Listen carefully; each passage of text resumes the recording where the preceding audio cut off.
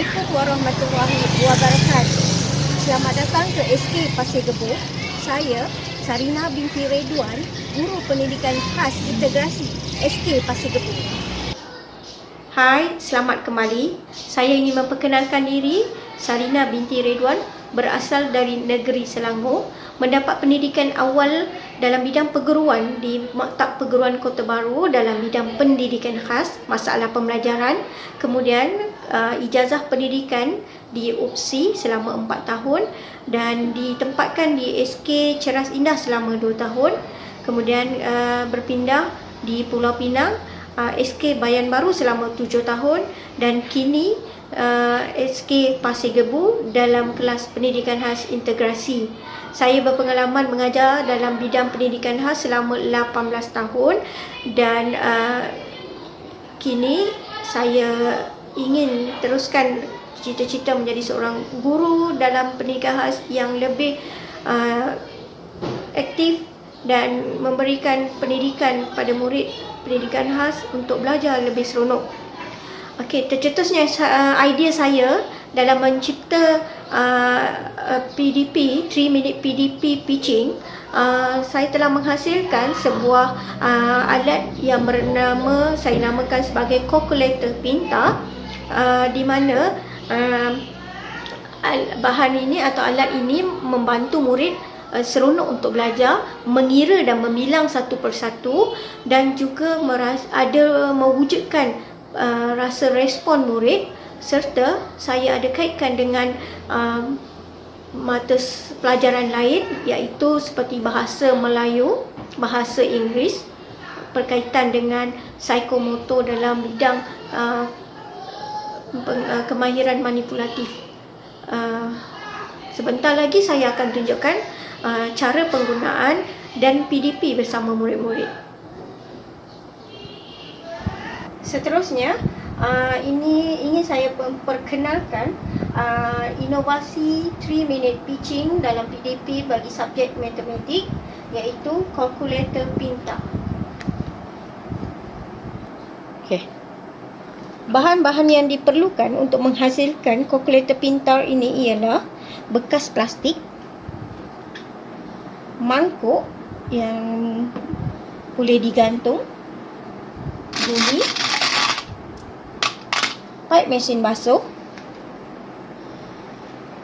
replika binatang, label, dan seterusnya ialah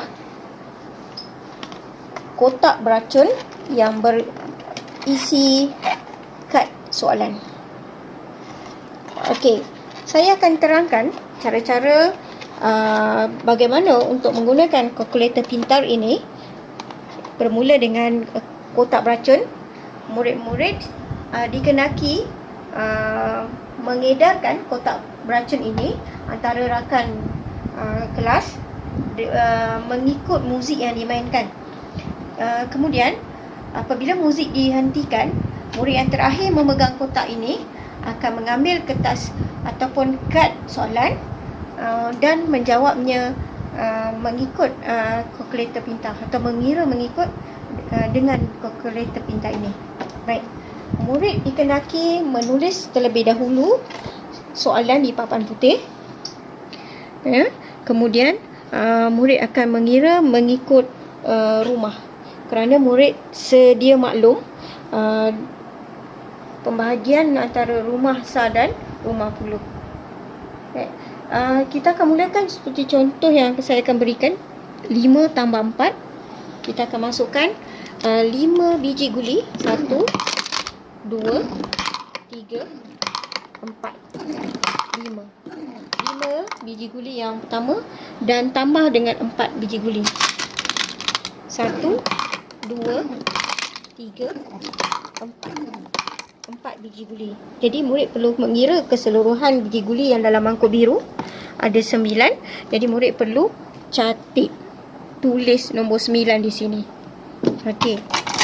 Selesai pengiraan di rumah sar, murid perlu mengira untuk rumah puluh pula.